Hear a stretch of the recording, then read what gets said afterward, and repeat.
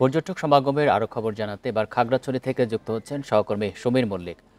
সমীর, 3 দিনের ছুটিতে খাগড়াছড়িতে পর্যটক সমাগম কতটা বেড়েছে, আর রিসোর্ট ভাড়া এবং যাতায়াত নিয়ে তাদের কোনো অভিযোগ রয়েছে কিনা? বান্ডেল থাকলে প্রতি সেনমানিতে টাকা বাঁচবে। বিকাশ সেনমানি বান্ডেল কিনে জিতুন প্রতি লেনদেনে। দেখুন, 3 দিনের বন্ধ মানেই হচ্ছে আসলে এখানে পর্যটক সমাগম বাড়ে। বিশেষ করে শুক্র শনিবারে আমরা দেখেছি প্রতিবারে খাগড়াছড়িতে যে পর্যটক সমাগম সেটা বাড়ে। সেটার সাথে যেহেতু এটি সরকারি ছুটি, আজকে সারা দেশে পহেলা মে ছুটি চলছে, সেক্ষেত্রে আমরা দেখছি যে আসলে খাগড়াছড়িতে পর্যটকদের সমাগম অন্য যে কোনো সাধারণ সময়ের তুলনায় অনেক বেশি রয়েছে। আপনি জানেন কিছুদিন আগে বৈশাখ উৎসব হয়েছে, এর আগে ঈদের ছুটি ছিল। অর্থাৎ বলা যায় যে এই যে টানা একটি বন্ধ, এটির কারণে কিন্তু এখানকার পর্যটন যে অর্থনীতি সেটা অনেক বেশি সমৃদ্ধ হয়েছে। আমরা দেখছি রুক্ষতার সময় পেরিয়ে পাহাড় কিন্তু এখন খুব দ্রুত কিন্তু সবুজ হচ্ছে। পাহাড়ের এখন এই সময়ে যে প্রাকৃতিক সৌন্দর্য, এটা দেখার জন্য কিন্তু পর্যটকরা ছুটে আসে। বিশেষ করে সবুজ পাহাড়ের সাথে সাথে পাহাড়ে কিন্তু এই সময়ে প্রচুর পরিমাণে বিভিন্ন ধরনের ফুল ফুটেছে, অর্থাৎ সোনালু কৃষ্ণচূড়া, লাল সোনালী, নানা ধরনের ফুল ফুটেছে। অর্থাৎ এখানকার যে পর্যটন কেন্দ্রগুলো রয়েছে সেগুলো কিন্তু আরো বেশি আকর্ষণীয় হয়ে উঠেছে। তো এই সৌন্দর্যটা উপভোগ করার জন্য কিন্তু আমরা দেখছি খাগড়াছড়ি যে সমস্ত পর্যটন কেন্দ্রগুলো হচ্ছে আলুটিলা, রিসাং ঝর্ণা, জেলা পরিষদ পার্ক এবং এখানকার যে মায়াবিনী লেক সহ অন্যান্য যে পর্যটন কেন্দ্রগুলো রয়েছে,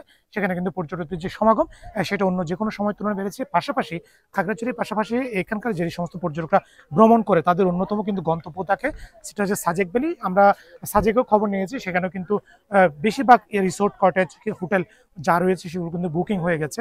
অর্থাৎ বলা যায় যে সাজেক এবং খাগড়াছড়ি সেখানে কিন্তু পর্যটক সমাগম গত যে কোনো সময়ের তুলনায় এই 3 দিনের ছুটিকে কেন্দ্র করে সেই পরিমাণটা বেড়েছে। এবং আগামীকাল যেহেতু সাপ্তাহিক ছুটি একেবারে সাথে শুক্রবার এবং আগামী পরশুদিন শনিবার, এই 2 দিন পর্যন্ত আসলে সরকারি ছুটিগুলোতে পর্যটকদের যে সমাগম সেটি বাড়ার একটা সম্ভাবনা রয়েছে। এবং রিসোর্ট মালিকরা আমাদেরকে জানিয়েছে তাদের অন্তত 70 থেকে 80% যে হোটেল রিসোর্ট কক্ষ রয়েছে সেটা কিন্তু বুকিং হয়ে গেছে।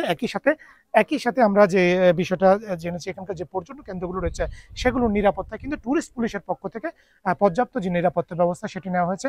আমরা বিষয়টা নিয়ে ট্যুরিস্ট পুলিশের সাথে কথা বলেছি। এখানকার যে পর্যটন কেন্দ্রগুলো রয়েছে, বিশেষ করে আলুটিলা, রিসাং ঝর্ণা বা জেলা পরিষদ পার্ক, সেখানে কিন্তু ট্যুরিস্ট পুলিশের একটা নিয়মিত টহলের পাশাপাশি তাদের যে মোবাইল টিম সেটাও কিন্তু কাজ করে। এবং তারা এই যে টানা 3 দিন, এই টানা 3 দিন তাদের যে পর্যটকদের যে নিরাপত্তার যে বিষয়টা সেটা তারা অব্যাহত রাখবে এবং তারা পর্যটকদের নিরাপত্তা দেওয়ার জন্য সব ধরনের ব্যবস্থা নেওয়া হচ্ছে বলে ট্যুরিস্ট পুলিশের পক্ষ থেকে আমাদেরকে জানানো হয়েছে।